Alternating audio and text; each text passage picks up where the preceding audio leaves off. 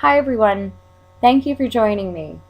My name is Victoria Mantia, and today I will be sharing information with you about breed-specific legislation and how it leads to discrimination against the pit bull breed in particular. It is both a legal and an ethical issue that is very important to me, not only as a dog owner, but also after having volunteered at a local animal shelter here on Long Island for a few years. The points I plan to cover with you today are: what is breed-specific legislation, and how is it used? I will also give a brief history about the pit bull breed, and how breed-specific legislation leads to discrimination against them. Lastly, I will cover some basic flaws within the concept of breed-specific legislation and why it is unfair to pit bulls. Let's first begin with an introduction to breed-specific legislation. What is breed-specific legislation? What does it mean? It is an overall term that categorizes laws focused on specific breeds of dogs that are deemed to be dangerous. Breed-specific laws date back to the early 1980s, and the goal is to prevent the number of dog attacks on humans and other animals. It is based on the theory that some dogs are innately violent. The classification for breed-specific legislation, according to the ASPCA, is largely determined by the appearance of the dog. If the dog has a strong and stocky build, a large skull, short fur, short ears, and so on, it may become a target.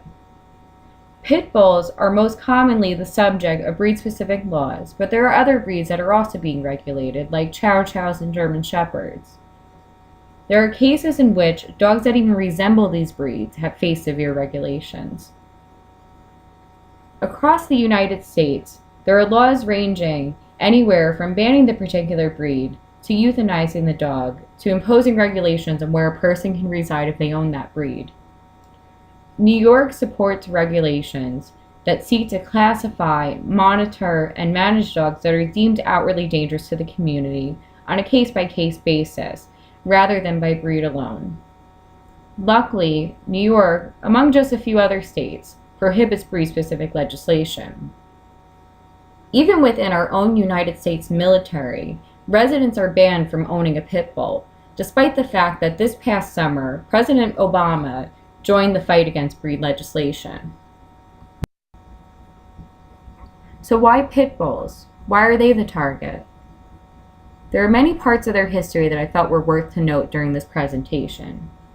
The breed originates from Great Britain and first came to the US during the time of the English settlers. They were nicknamed as nanny dogs by lots of families because of their great ability to nurture and guard their offspring. Unfortunately, in our media today, their history of being watchful babysitters is not often a characteristic that is portrayed. They have a record of being a valued and treasured member of our families since the beginning of the nation's history.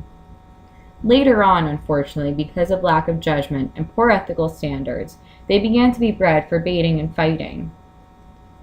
Different types of media, including Sports Illustrated magazine, have made money promoting images that stereotype and discriminate the dog.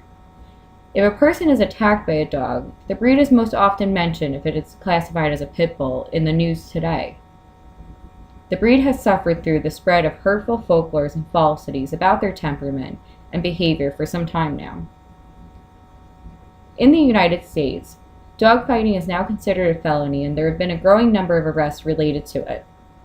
Nonprofit organizations that are focused on the welfare of animals have been stepping up in hopes of rebranding the breed and giving new life to the once beloved nanny dog. Here on Long Island, there are many in particular that you may be familiar with. Just as there have been so much negative press related to pit bulls, there have also been some good, which I would like to focus on. For instance, on the bottom left, the photo of Sergeant Stubby. He was a pit bull that helped to save lives during World War I. His name was not just a nickname, he was actually honorably promoted to that title during time of war. Perhaps the breed can still achieve greatness if we can give it a chance.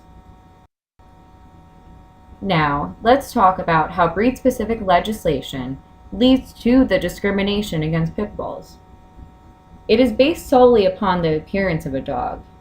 How tall it stands, how strong it looks, how its head is shaped, who its parents are. It does not look at the character of the dog.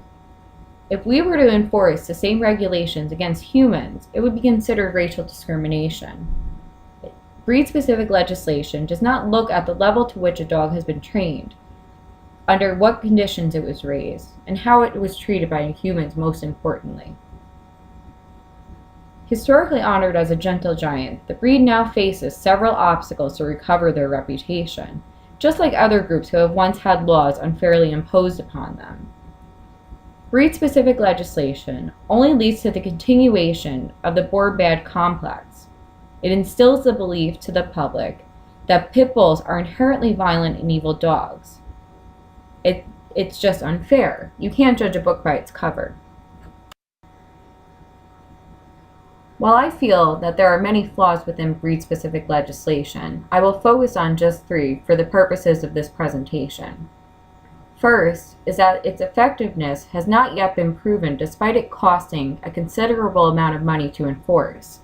For instance, a county in Maryland spent more than $500,000 to enforce a pit bull ban, but they can't even say if it helped improve the public safety of the area. There are times that lawmakers are quick to provide resources to solve a problem before the problem itself is clearly defined. In this case, it is very difficult to define what a pit bull is. According to the ASPCA, the term pit bull is not a true classification of a breed of dog. The most narrow and perhaps most accurate definition of the term pit bull refers to 2 breeds: the American Pit Bull Terrier, which is what we see very often, and the American Staffordshire Terrier. Sometimes other breeds are also thrown into the mix, as many as 5 on a regular basis. So how do we define the problem in order to create a proper solution?